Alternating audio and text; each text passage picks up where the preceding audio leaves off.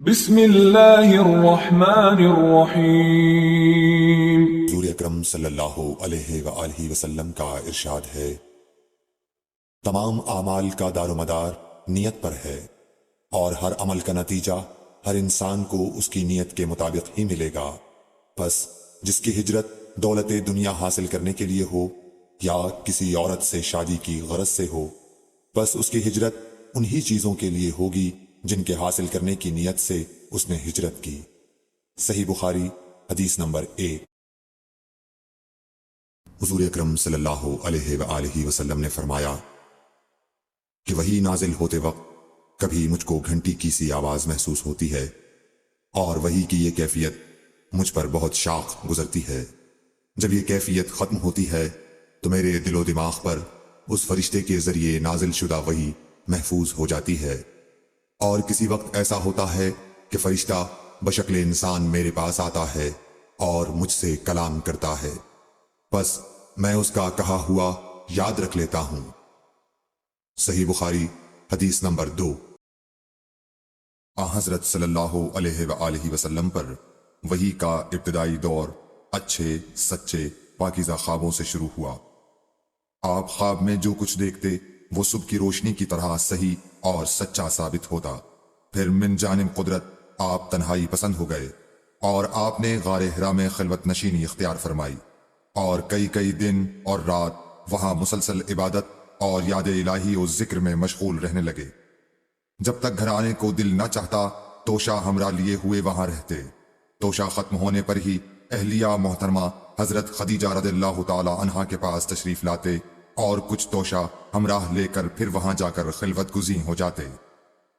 یہی طریقہ جاری رہا یہاں تک کہ آپ پر حق منکشف ہو گیا، اور آپ غار حرا ہی میں قیام پذیر تھے کہ اچانک حضرت جبرائیل علیہ السلام آپ کے پاس حاضر ہوئے اور کہنے لگے کہ اے محمد پڑھو۔ آپ فرماتے ہیں کہ میں نے کہا کہ میں پڑھنا نہیں جانتا۔ آپ صلی اللہ علیہ وسلم فرماتے ہیں کہ فرشتے نے مجھے پکڑ کر اتنے زور سے بھینچا کہ میری طاقت جواب دے گئی، پھر مجھے چھوڑ کر کہا پڑھو۔ میں نے پھر وہی جواب دیا کہ میں پڑھا ہوا نہیں ہوں۔ اس فرشتے نے مجھ کو نہایت ہی زور سے بھینچا کہ مجھ کو سخت تکلیف محسوس ہوئی، پھر اس نے کہا کہ پڑھ۔ میں نے کہا میں پڑھا ہوا نہیں ہوں۔ فرشتے نے تیسری بار مجھ کو پکڑا اور تیسری مرتبہ پھر مجھ کو بھینچا، پھر مجھے چھوڑ دیا اور کہنے لگا کہ پڑھو اپنے رب کے نام کی مدد سے جس نے پیدا کیا اور انسان کو خون کی پھٹکی سے بنایا۔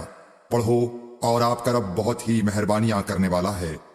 بس یہی آیتیں آپ حضرت جبرائیل علیہ السلام سے سن کر اس حال میں غار حرا سے واپس ہوئے کہ آپ کا دل اس انوکھے واقعے سے کانپ رہا تھا۔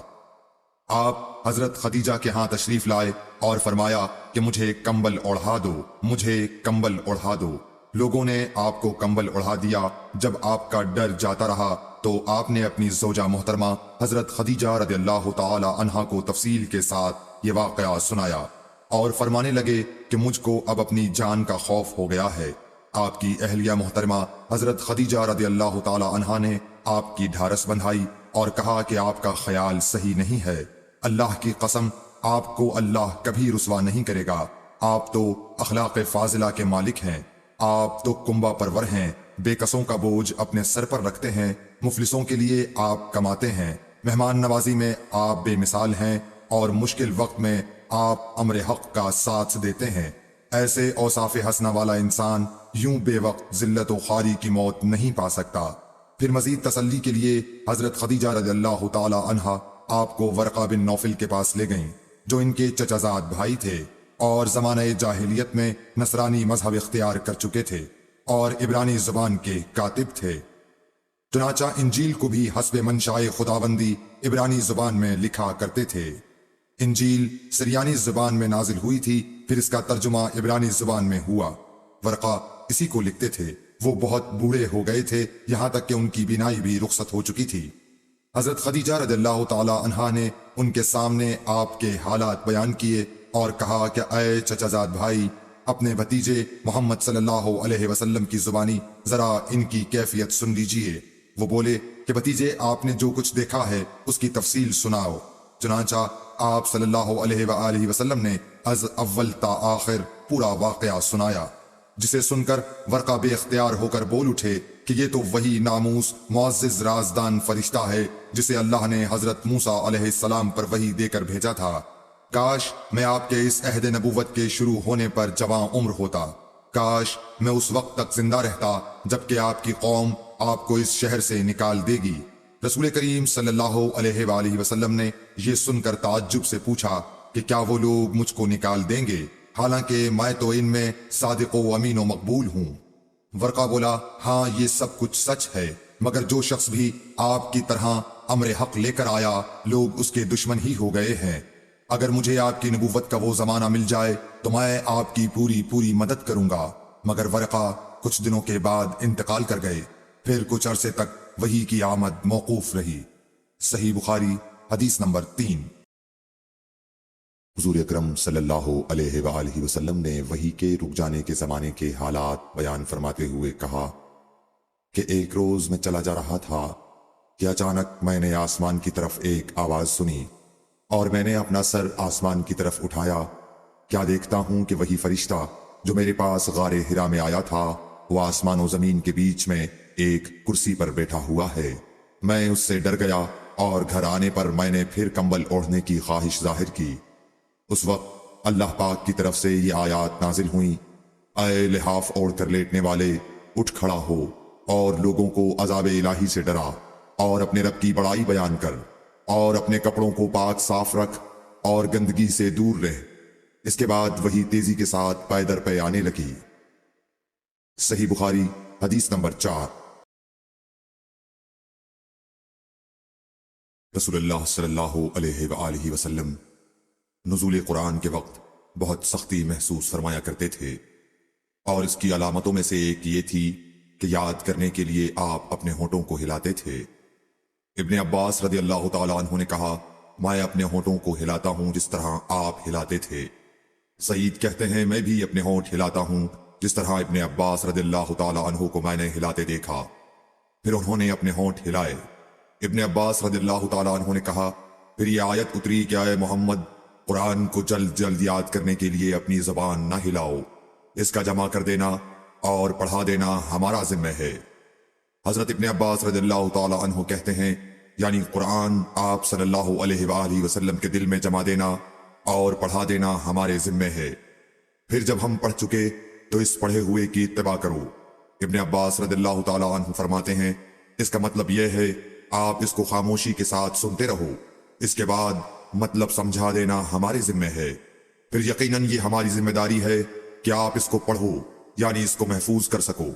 چنانچہ اس کے بعد جب آپ کے پاس حضرت جبرائیل علیہ السلام وحی لے کر آتے تو آپ توجہ سے سنتے، جب وہ چلے جاتے تو رسول اللہ صلی اللہ علیہ وسلم اس وحی کو اس طرح پڑھتے جس طرح حضرت جبرائیل علیہ السلام نے اسے پڑھا تھا۔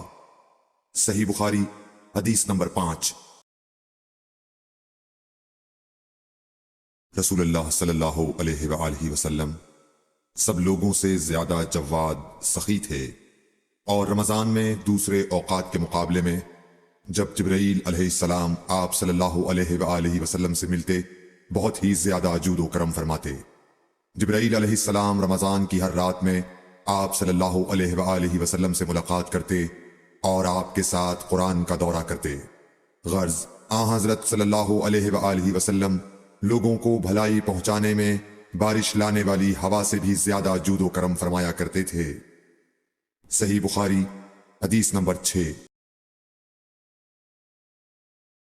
ہرقل شاہ روم نے قریش کے قافلے میں ایک آدمی بلانے کو بھیجا، اور اس وقت یہ لوگ تجارت کے لیے ملک شام گئے ہوئے تھے، اور یہ وہ زمانہ تھا جب رسول اللہ صلی اللہ علیہ وسلم نے قریش اور ابو سفیان سے ایک وقتی عہد کیا ہوا تھا۔ جب ابو سفیان اور دوسرے لوگ ہرقل کے پاس ایلیا پہنچے جہاں ہرقل نے دربار طلب کیا تھا، اس کے گرد روم کے بڑے بڑے لوگ، علماء، وزراء و امراء بیٹھے ہوئے تھے۔ ہرقل نے ان کو اور اپنے ترجمان کو بلوایا، پھر ان سے پوچھا کہ تم میں سے کون شخص مدعی رسالت کا زیادہ قریبی عزیز ہے؟ ابو سفیان کہتے ہیں کہ میں بول اٹھا کہ میں اس کا سب سے زیادہ قریبی رشتہ دار ہوں۔ یہ سن کر ہرقل نے حکم دیا کہ اس ابو سفیان کو میرے قریب لا کر بٹھاؤ اور اس کے ساتھیوں کو اس کی پیٹھ کے پیچھے بٹھا دو۔ پھر اپنے ترجمان سے کہا کہ ان لوگوں سے کہہ دو کہ میں ابو سفیان سے اس شخص یعنی محمد صلی اللہ علیہ وسلم کے حالات پوچھتا ہوں، اگر یہ مجھ سے کسی بات میں جھوٹ بول دے تو تم اس کا جھوٹ ظاہر کر دینا۔ ابو سفیان کا قول ہے کہ خدا کی قسم اگر مجھے یہ غیرت نہ آتی کہ یہ لوگ مجھ کو جھٹلائیں گے تو میں آپ صلی اللہ علیہ وسلم کی نسبت ضرور غلط گوئی سے کام لیتا۔ خیر، پہلی بات جو ہرقل نے مجھ سے پوچھی وہ یہ کہ اس شخص کا خاندان تم لوگوں میں کیسا ہے۔ میں نے کہا وہ تو بڑے اونچے عالی نسب والے ہیں۔ کہنے لگا اس سے پہلے بھی کسی نے تم لوگوں میں ایسی بات کہی تھی؟ میں نے کہا نہیں۔ کہنے لگا اچھا اس کے بڑوں میں کوئی بادشاہ ہوا ہے؟ میں نے کہا نہیں۔ پھر اس نے کہا بڑے لوگوں نے اس کی پیروی اختیار کی ہے یا کمزوروں نے؟ میں نے کہا نہیں، کمزوروں نے۔ پھر کہنے لگا اس کے تابعدار روز بڑھتے جاتے ہیں یا کوئی ساتھی پھر بھی جاتا ہے؟ میں نے کہا نہیں۔ کہنے لگا کیا اپنے اس دعوی نبوت سے پہلے کبھی کسی بھی موقع پر اس نے جھوٹ بولا ہے؟ میں نے کہا نہیں، اور اب ہماری اس سے صلح کی ایک مقررہ مدت ٹھہری ہوئی ہے، معلوم نہیں وہ اس میں کیا کرنے والا ہے۔ ابو سفیان کہتے ہیں میں اس بات کے سوا اور کوئی جھوٹ اس گفتگو میں شامل نہ کر سکا۔ ہرقل نے کہا کیا تمہاری اس سے کبھی لڑائی بھی ہوئی ہے؟ ہم نے کہا کہ ہاں۔ بولا پھر تمہاری اور اس کی جنگ کا کیا حال ہوتا ہے؟ میں نے کہا لڑائی ڈول کی طرح ہے، کبھی وہ ہم سے میدان جنگ جیت لیتے ہیں اور کبھی ہم ان سے جیت لیتے ہیں۔ ہرقل نے پوچھا وہ تمہیں کس بات کا حکم دیتا ہے؟ میں نے کہا وہ کہتا ہے کہ صرف ایک اللہ ہی کی عبادت کرو، اس کا کسی کو شریک نہ بناؤ، اور اپنے باپ دادا کی شرک کی باتیں چھوڑ دو، اور ہمیں نماز پڑھنے، سچ بولنے، پرہیزگاری اور صلہ رحمی کا حکم دیتا ہے۔ یہ سب سن کر پھر ہرقل نے اپنے ترجمان سے کہا کہ ابو سفیان سے کہہ دے کہ میں نے تم سے اس کا نسب پوچھا تو تم نے کہا کہ وہ ہم سے عالی نسب ہے، اور پیغمبر اپنی قوم میں عالی نسب ہی بھیجے جایا کرتے ہیں۔ میں نے تم سے پوچھا کہ دعوی نبوت کی یہ بات تمہارے اندر اس سے پہلے کسی اور نے بھی کہی تھی تو تم نے جواب دیا کہ نہیں۔ تب میں نے اپنے دل میں کہا کہ اگر یہ بات اس سے پہلے کسی اور نے کہی ہوتی تو میں سمجھتا کہ اس شخص نے بھی اسی بات کی تقلید کی ہے جو پہلے کہی جا چکی ہے۔ میں نے تم سے پوچھا کہ اس کے بڑوں میں کوئی بادشاہ بھی گزرا ہے تو تم نے کہا کہ نہیں۔ تو میں نے دل میں کہا کہ ان کے بزرگوں میں سے کوئی بادشاہ ہوا ہوگا تو کہہ دوں گا کہ وہ شخص اس بہانے اپنے آباء و اجداد کی بادشاہت اور ان کا ملک دوبارہ حاصل کرنا چاہتا ہے۔ اور میں نے تم سے پوچھا کہ اس بات کے کہنے یعنی پیغمبری کا دعویٰ کرنے سے پہلے تم نے کبھی اس کو دروغ گوئی کا الزام لگایا ہے؟ تم نے کہا کہ نہیں۔ تو میں نے سمجھ لیا کہ جو شخص آدمیوں کے ساتھ دروغ گوئی سے بچے وہ اللہ کے بارے میں کیسے جھوٹی بات کہہ سکتا ہے۔ اور میں نے تم سے پوچھا کہ بڑے لوگ اس کے پیرو ہوتے ہیں یا کمزور آدمی؟ تم نے کہا کمزوروں نے اس کی اتباع کی ہے، تو دراصل یہی لوگ پیغمبروں کے متبعین ہوتے ہیں۔ اور میں نے تم سے پوچھا کہ اس کے ساتھی بڑھ رہے ہیں یا کم ہو رہے ہیں؟ تم نے کہا کہ وہ بڑھ رہے ہیں، اور ایمان کی کیفیت یہی ہوتی ہے حتیٰ کہ وہ کامل ہو جاتا ہے۔ اور میں نے تم سے پوچھا کہ آیا کوئی شخص اس کے دین سے ناخوش ہو کر مرتد بھی ہو جاتا ہے؟ تم نے کہا نہیں۔ تو ایمان کی خاصیت بھی یہی ہے، جن کے دلوں میں اس کی مسرت رچ بس جائے وہ اس سے لوٹا نہیں کرتے۔ اور میں نے تم سے پوچھا کہ آیا وہ کبھی عہد شکنی کرتے ہیں؟ تم نے کہا نہیں۔ پیغمبروں کا یہی حال ہوتا ہے، وہ عہد کی خلاف ورزی نہیں کرتے۔ اور میں نے تم سے کہا کہ وہ تم سے کس چیز کے لیے کہتے ہیں؟ تم نے کہا کہ وہ ہمیں حکم دیتے ہیں کہ اللہ کی عبادت کرو، اس کے ساتھ کسی کو شریک نہ ٹھہراؤ، اور تمہیں بتوں کی پرستش سے روکتے ہیں، سچ بولنے اور پرہیزگاری کا حکم دیتے ہیں۔ لہٰذا اگر یہ باتیں جو تم کہہ رہے ہو سچ ہیں تو ان قریب وہ اس جگہ کا مالک ہو جائے گا کہ جہاں میرے یہ دونوں پاؤں ہیں۔ مجھے معلوم تھا کہ وہ پیغمبر آنے والا ہے، مگر مجھے یہ معلوم نہیں تھا کہ وہ تمہارے اندر ہوگا۔ اگر میں جانتا کہ اس تک پہنچ سکوں گا تو اس سے ملنے کے لیے ہر تکلیف گوارا کرتا، اگر میں اس کے پاس ہوتا تو اس کے پاؤں دھوتا۔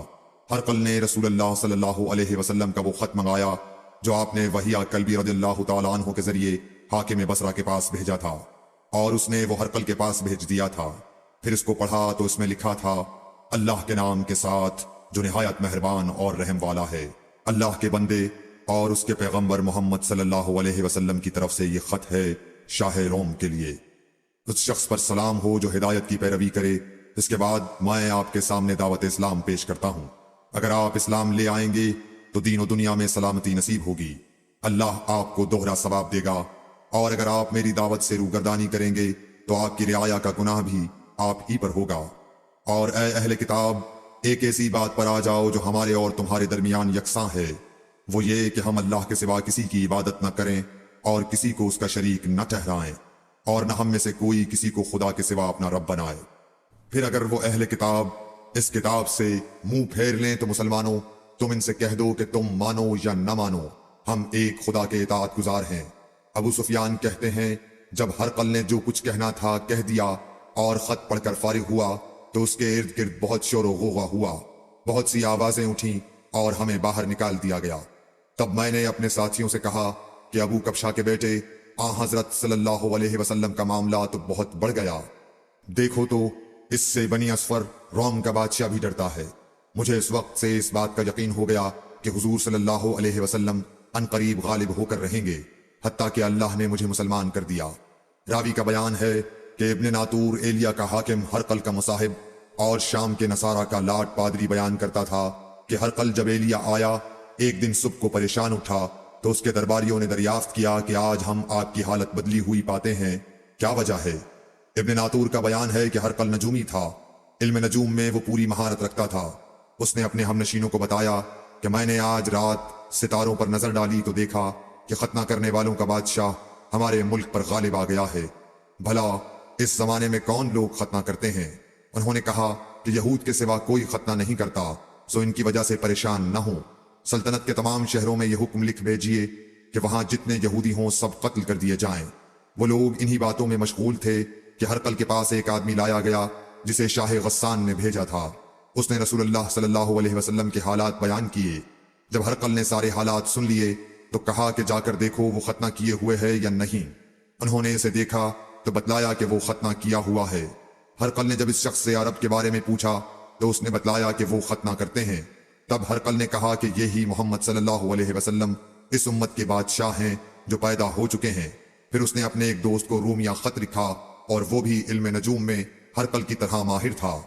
پھر وہاں سے ہرقل ہمس چلا گیا، ابھی ہمس سے نکلا نہیں تھا کہ اس کے دوست کا خط اس کے جواب میں آ گیا۔ اس کی رائے بھی حضور صلی اللہ علیہ وسلم کے ظہور کے بارے میں ہرقل کے موافق تھی کہ محمد صلی اللہ علیہ وسلم واقعی پیغمبر ہیں۔ اس کے بعد ہرقل نے روم کے بڑے آدمیوں کو اپنے ہمس کے محل میں طلب کیا اور اس کے حکم سے محل کے دروازے بند کر لیے گئے۔ پھر وہ اپنے خاص محل سے باہر آیا اور کہا، اے روم والو، کیا ہدایت اور کامیابی میں کچھ حصہ تمہارے لیے بھی ہے؟ اگر تم اپنی سلطنت کی بقا چاہتے ہو تو پھر اس نبی صلی اللہ علیہ وسلم کی بیعت کر لو اور مسلمان ہو جاؤ۔ یہ سننا تھا کہ پھر لوگ وحشی گدھوں کی طرح دروازوں کی طرف دوڑے مگر انہیں بند پایا۔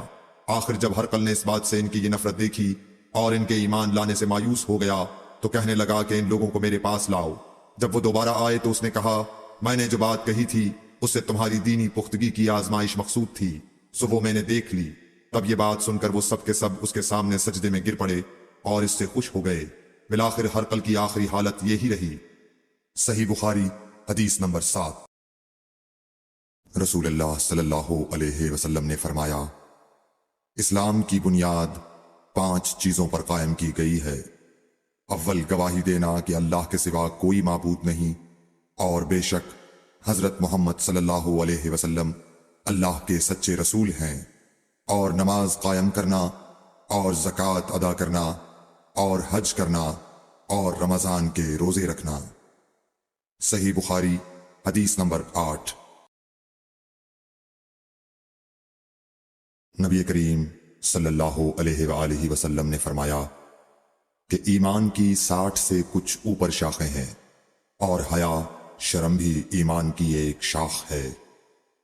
صحیح بخاری حدیث نمبر 9۔ حضرت محمد مصطفیٰ صلی اللہ علیہ وآلہ وسلم نے فرمایا، مسلمان وہ ہے جس کی زبان اور ہاتھ سے مسلمان بچے رہیں، اور مہاجر وہ ہے جو ان کاموں کو چھوڑ دے جن سے اللہ نے منع فرمایا۔ صحیح بخاری حدیث نمبر 10۔ لوگوں نے پوچھا، یا رسول اللہ، کون سا اسلام افضل ہے؟ تو نبی صلی اللہ علیہ وسلم نے فرمایا، وہ جس کے ماننے والے مسلمانوں کی زبان اور ہاتھ سے سارے مسلمان سلامتی میں رہیں۔ صحیح بخاری حدیث نمبر 11۔ ایک دن ایک آدمی نے حضرت صلی اللہ علیہ وسلم سے پوچھا کہ کون سا اسلام بہتر ہے؟ فرمایا، یہ کہ تم کھانا کھلاؤ اور جس کو پہچانو اس کو بھی اور جس کو نہ پہچانو اس کو بھی، الغرض سب کو سلام کرو۔